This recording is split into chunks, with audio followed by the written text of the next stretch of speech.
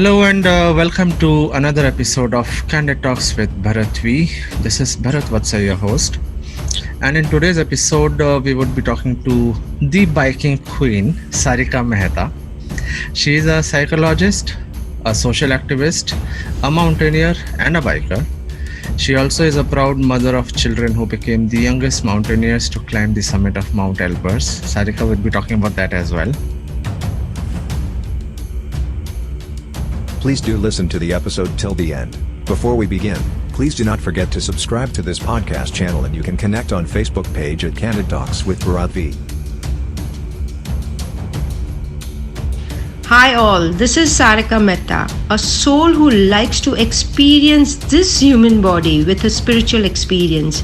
लोग मुझे प्यार से बाइकिंग क्वीन बुलाते हैं और आप मुझे सुन रहे हैं on Candid Talks with one and only Bharat V.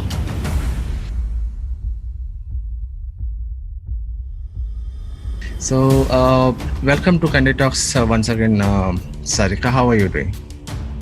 I'm doing great. Thank you so much. It's really good to get connected with all the bikers. This is not the way, but yeah, a part of the situation is such, but still we are connected. That is more important. Absolutely. And I think at least the main thing is that we should be connected, at least in pandemic. If we are not able to meet in person, but at least we can virtually meet. So that is one good thing. And definitely एक बार pandemic खत्म हो जाए तो face to face तो मिलेंगे ही. True. So, Sarika, before we proceed further, tell us, why do people call you as biking queen? आपको ये खिताब कैसे मिला? Biking queen, actually, it's a long story, but to cut it short, that was one of the statement given by one of my friend that you can just climb mountains. Biking is not cup of your tea. And that word took me so hard. I didn't want to prove it to others. I just wanted to prove it to myself that yes, we are capable of doing anything. It is just that one trigger. It should, kick in me, and then, I can go ahead with it. So that is how the biking came into my life. And that is how the ride and things started. Being into a psychological field, I was always curious about, biking that on the roads and how they ride. Because from Surat, and Gujarat is a place, and the Surat is a small city where biking and a female, it was a contrast thing, for people to accept it, and especially when a mother or a doctor or, going into such field. Yeah. So that is how I started research, because every now and then I used to read in newspaper the first headline that, there was accidents happening on the roads, on the highways, even in the cities also. So I was always curious about why this is happening. Like, it was just not about the sports bike. It is about any bike on the road. Yeah. And just because of few people, the bikers were getting affected, by a tagline that ye log bigde hue hai, and things like that. Yeah. So I started doing a lot of research on this, and with the help of police department and all that, I came up with a topic and research called psychology behind riding. Okay. So with the police department, we started different campaigns for it, that if you are giving your son or your daughter any bike or any two-wheeler, then the very first thing are gears. Those are very, very important. Second most important thing is, when you are riding, speed and rules regulation, they are must, because it will save your life as well as others' life also. Yeah. So there's a whole topic I started, and we started a very good campaign in Gujarat with this, and somehow this went nationally so well that it went till WHO, and they liked the topic so much that they invited me to international countries to ride, and safety behind riding. There's a whole ride campaign was going on. So that was my first international ride. So after coming from that, there were so many females and girls that their parents started approaching me. That even my daughter is interested in riding, but वो boys होते हैं, men's होते हैं, तो हम भेजते नहीं हैं. We feel it is not safe. But when you are there, So that is how Biking Queen came into picture. Okay. That we started a whole group of queens which are riding for social campaign as well as for the passion also and social cause also. So that is how Biking Queen came into, and now Biking Queen is a charitable trust, and we do many social activities in it. Awesome. And the parents of these girls, they are approaching you from within Surat itself? Even in Surat, outside Surat, I get so many messages and calls from different parts of India also.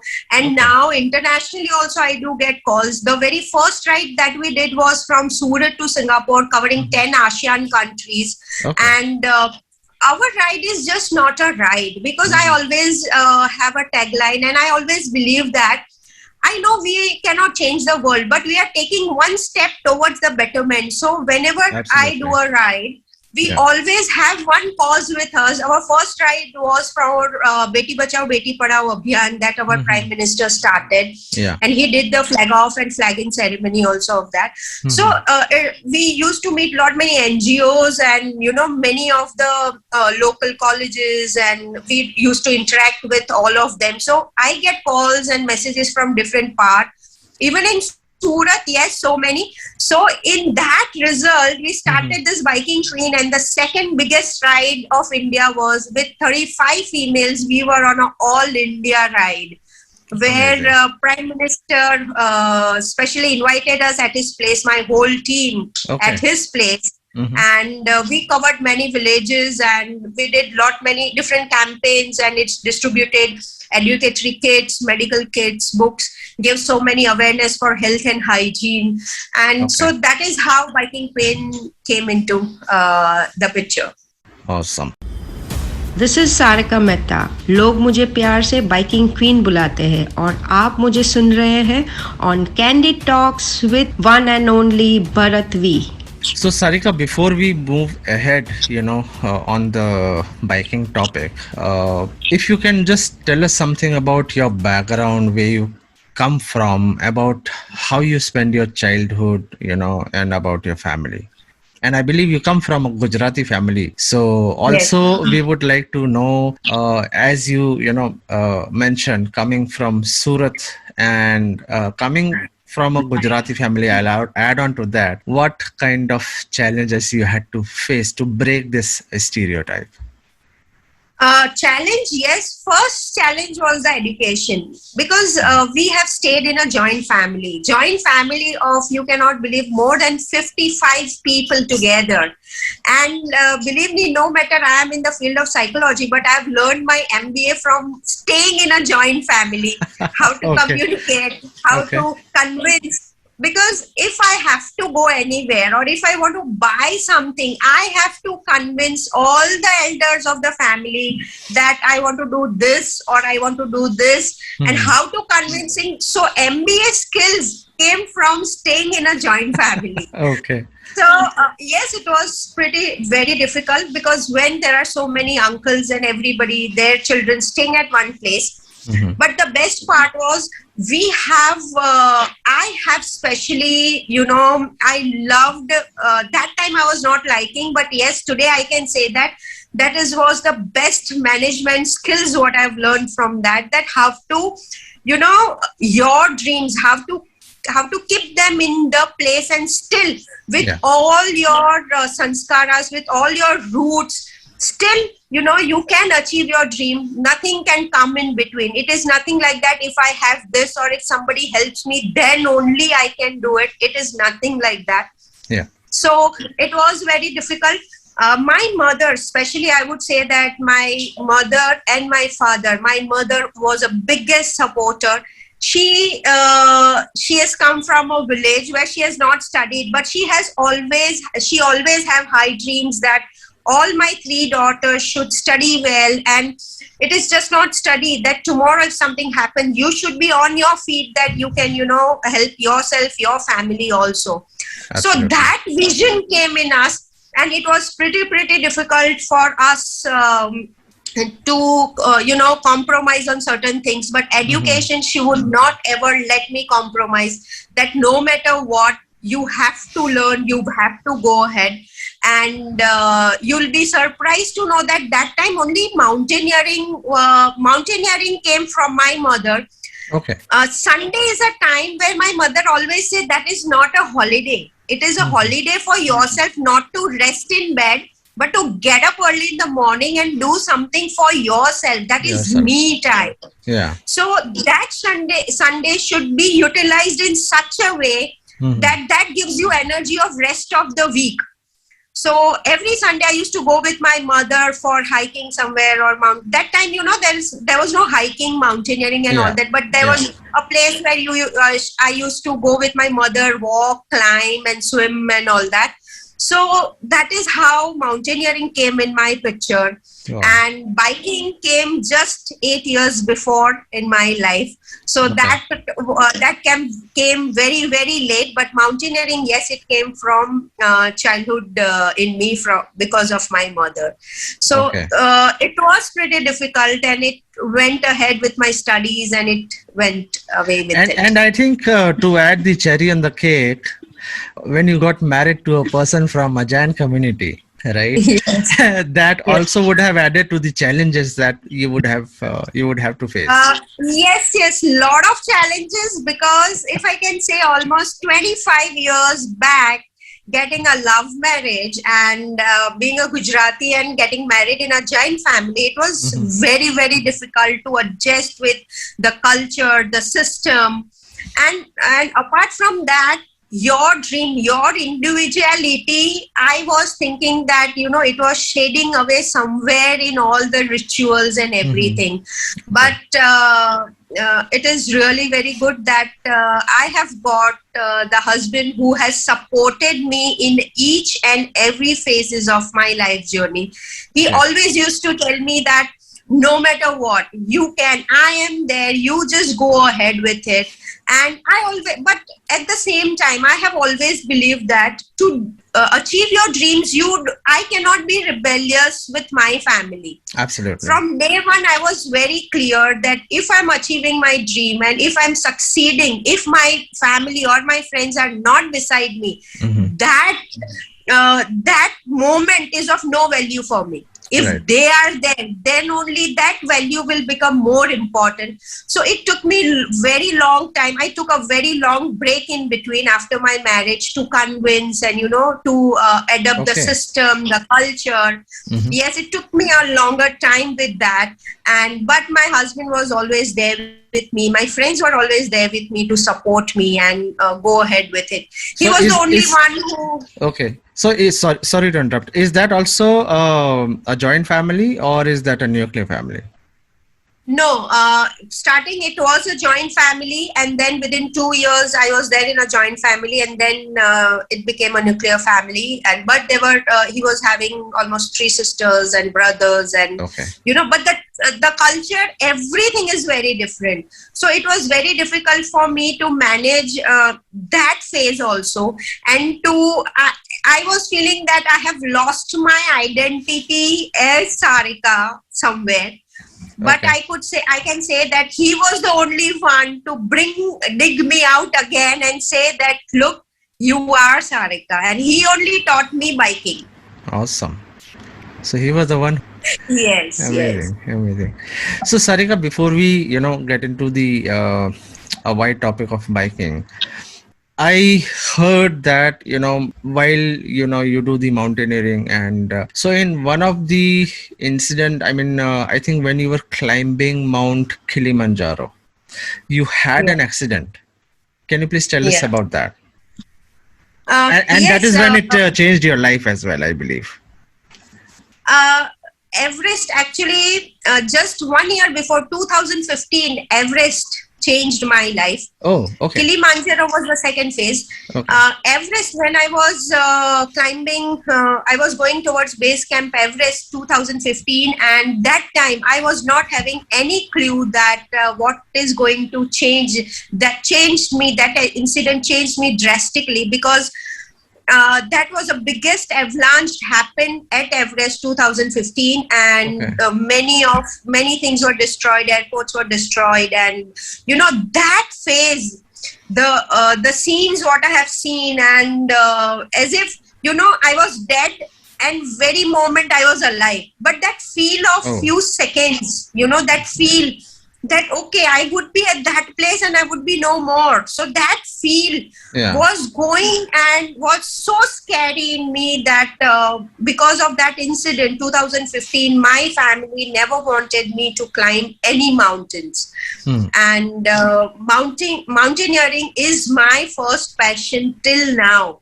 Okay. So it was very, very difficult to convince them. But before that, to convince myself that, okay, I'll be again able to do it, because the disasters what I have seen was unimagined and I cannot even think over it. So I have learned this thing, that if you want to go out of that fear, you have to again go into it, and you have to face that fear, and then you have to come out. So Kilimanjaro was the time that again changed me. I decided to climb Mount Kilimanjaro. They were inviting many of the mountaineers from all over the world, and I was also a part of it, where Indian mountaineers were there. I was part of climbing Kilimanjaro. It was really very difficult for me, not because of climbing, but because of that fear in me that, okay, something will happen now. And before that, I had to convince my family, I have to convince my mind that no, you have to go into that fire to, to feel that, and you come out to be stronger enough. Right. So the moment when I was climbing Mount Kilimanjaro, I was just about to reach the summit, and it was just hardly one day left for the summit, and my leg was twisted on that rock. Okay. Twisted in the sense, it was so much twisted that I was not able to put my foot ahead also. And suddenly my camp leader, means there we have different camp leader, and whose rule is the rule. So they said that now I don't think so with this leg you'll be able to climb ahead. Something is wrong in the ankle. We can figure out that way. Okay. So you have to go to on the base camp, we were having those hospital tents and everything. Okay. So they took me to the hospital tent. Now, there they don't have helicopters because of the thin air. So there is a human cycle where two people lift and they take you to the base camp. So they took me to the base camp because I was not able to walk at all. And at the base camp, the medical doctor said, finally, now you won't be able to climb this mountain. We think that there is a headline crack or a crack in your ankle, and your leg is swollen like anything. Okay. But this was the time when I was struggling with my fear. This was the time when I told my children that no matter what, I will reach to the summit and come back and face my fear. This Kilimanjaro was not about reaching the summit. It was about, fighting with my fear and setting an example for my children that this happens. It doesn't mean you have to stop seeing the dream or achieving them. Right.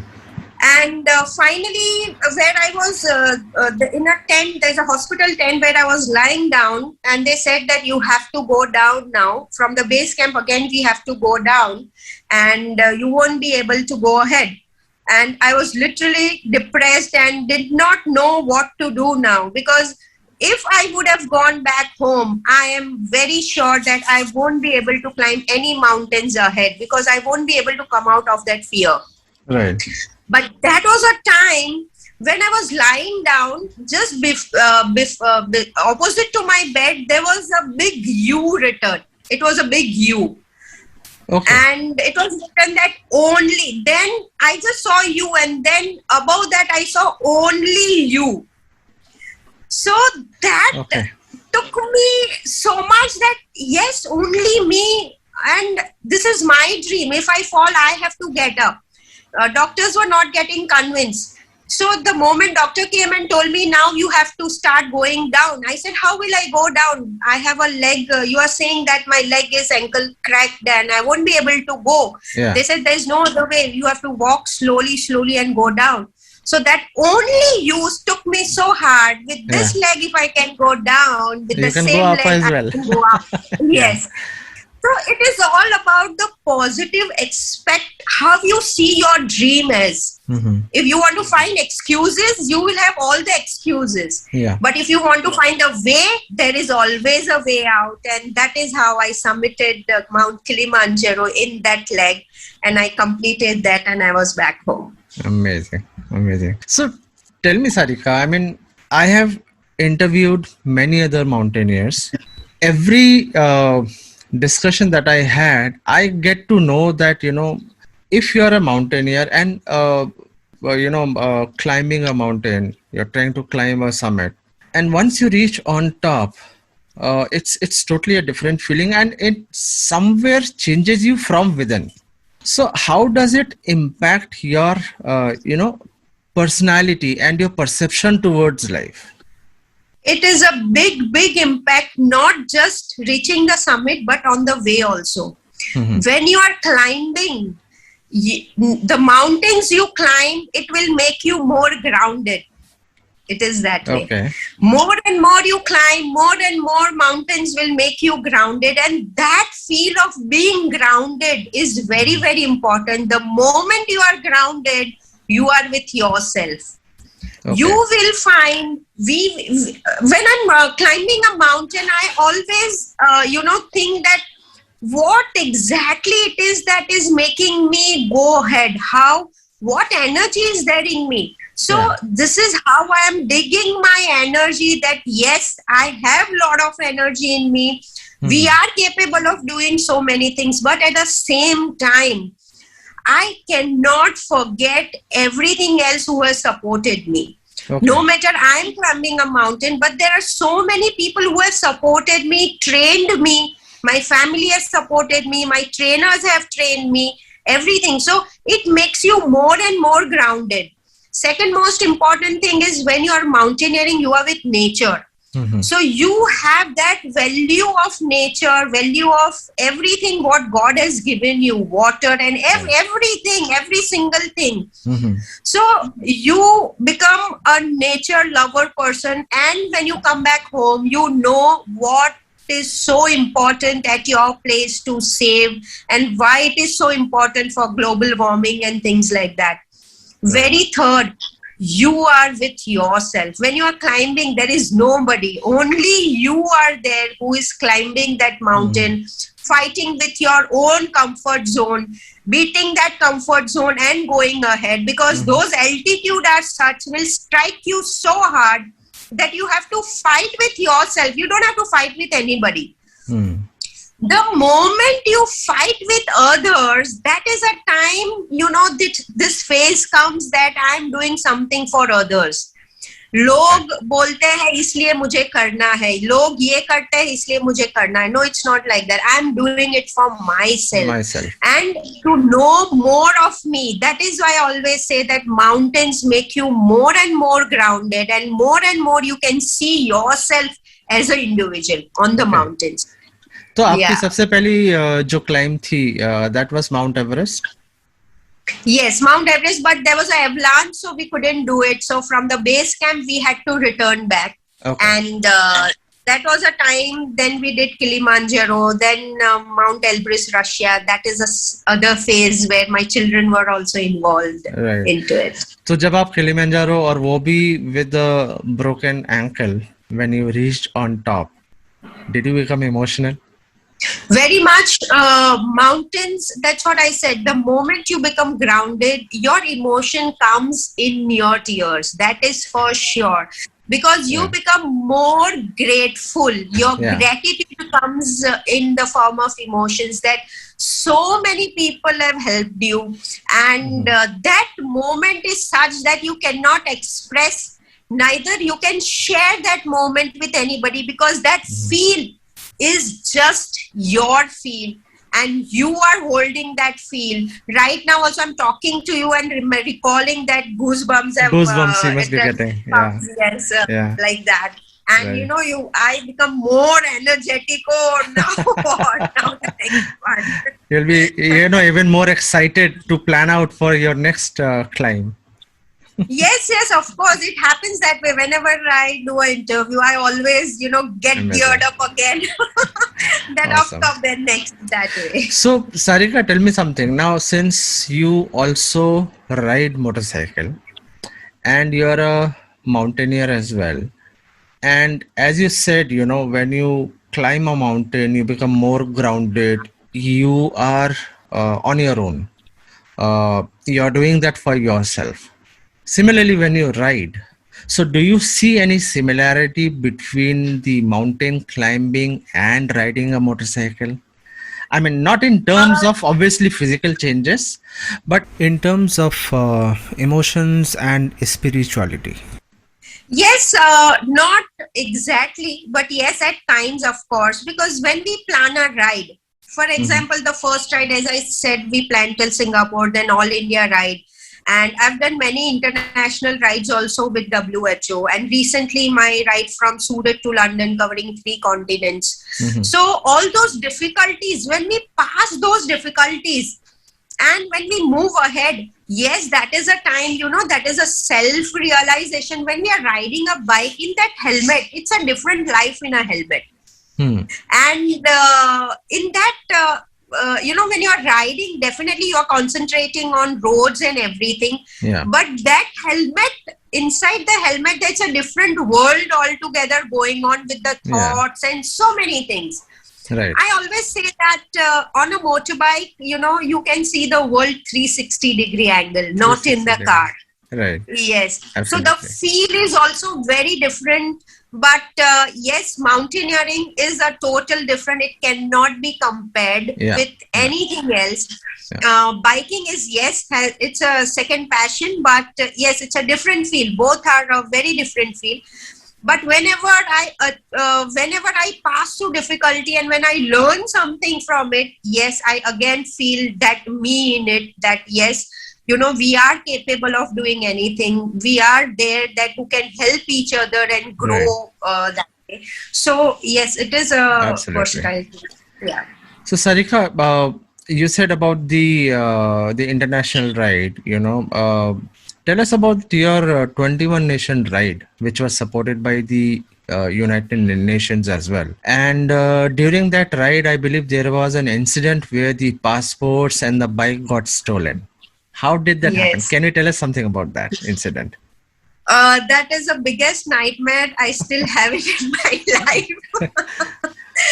We started our ride and as I said that I always have put my dream in a phase where it is just not my dream. It is a dream of each individual of my family, friends and everybody.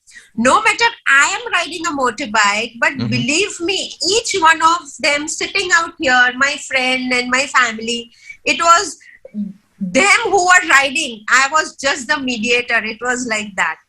So the moment we started our ride, everything went well. And that was one of the biggest challenges what we picked up. The biggest challenge was keeping our children and our family for almost 90 days or 100 days at home and then going, this was something which I have not ever imagined so many days. Right. So after passing all that, when we went to Russia, one of the rider passport got stolen from Red Square. Okay. And it was stamped, the bag was stamped and it was stolen. And that was a biggest disaster because we came to know this when we were on the border that passport is not there. And the most sad part was we were having visa of just one more day. If we don't cross that border, then we were also stuck in Russia and our passports, our bikes were also, other 2 bikes also would have got stuck in Russia. So we tried all the possible ways and everything. So there is a possibility of getting an instant passport where they will return you back.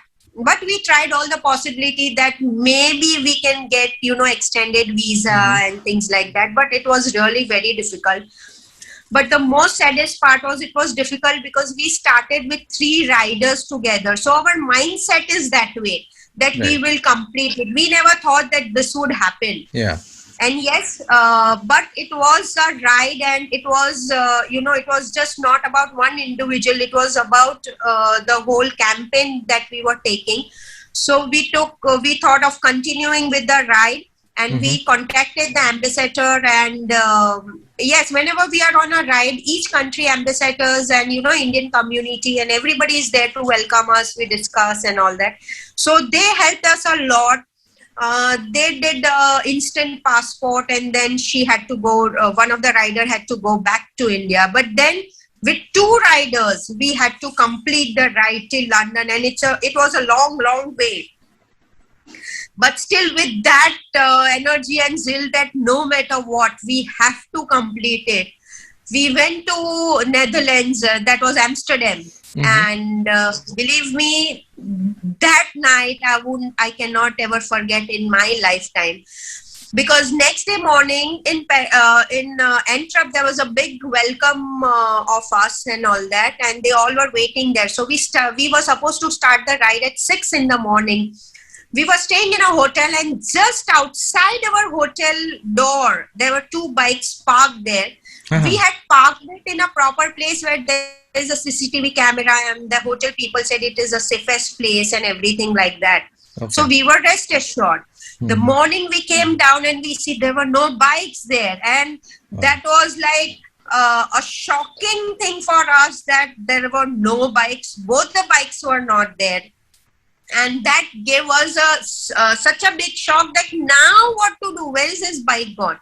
The keys were with us. So we asked the hotel people. They said we don't have any clue about it.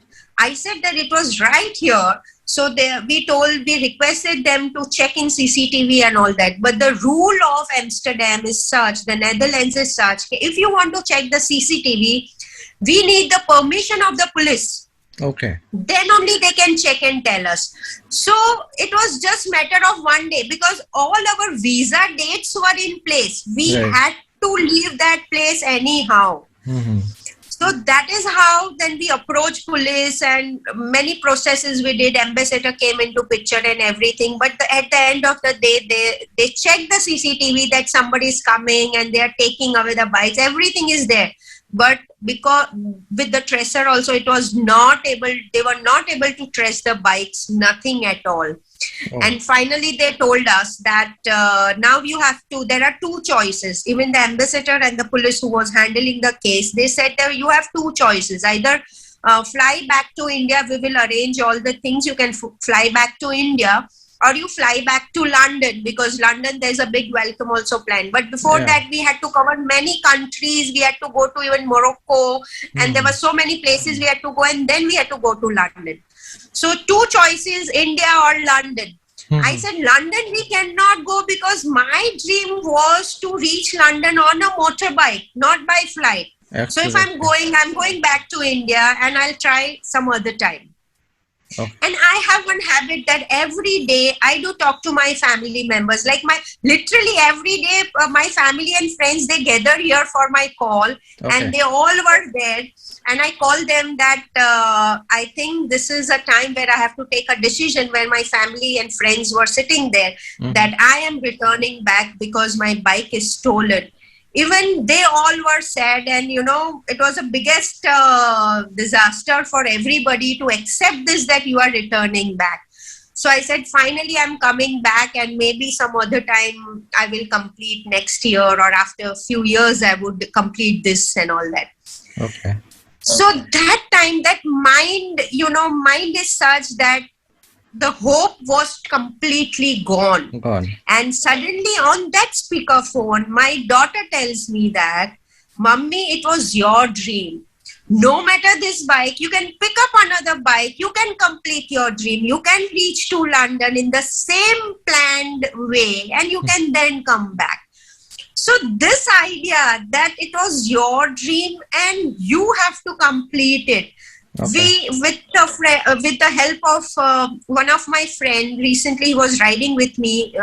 He's a very good friend of mine, Ashish. He talked with another international riders who were riding with us, and he arranged bike from Spain for me. And that friend, because this ride, all the international riders who are attached with me, they were also, seeing this, that how a Indian woman is, going going ahead with so many struggle and still achieving it.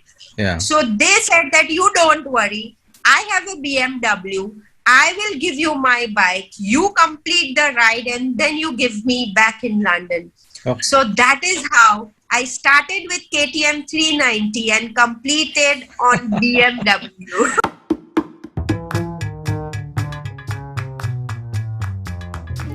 So that was Sarika Mehta, fondly called as biking queen in the biking fraternity. She is a psychologist, a social activist, a mountaineer, and a biker. She also is a proud mother of children who became the youngest mountaineers to climb the summit of Mount Elbrus and created a record. If you like the show, please do like, subscribe and share with others. If listening on Apple Podcast, do not forget to rate 5 stars. If on Spotify or YouTube, do not forget to subscribe and share. All the bikers can listen to this podcast episode on bikersclub.in. इसके साथ हम आज का सफ़र यहीं समाप्त करते हैं। बातों का सिलसिला जारी रहेगा with Sarika Mehta in our next episode to hear more of her experience only on Candid Talks with Bharat V. Stay home, stay safe. This is Bharat Vatsa signing off for today. दुआओं में याद रखना। जय हिंद।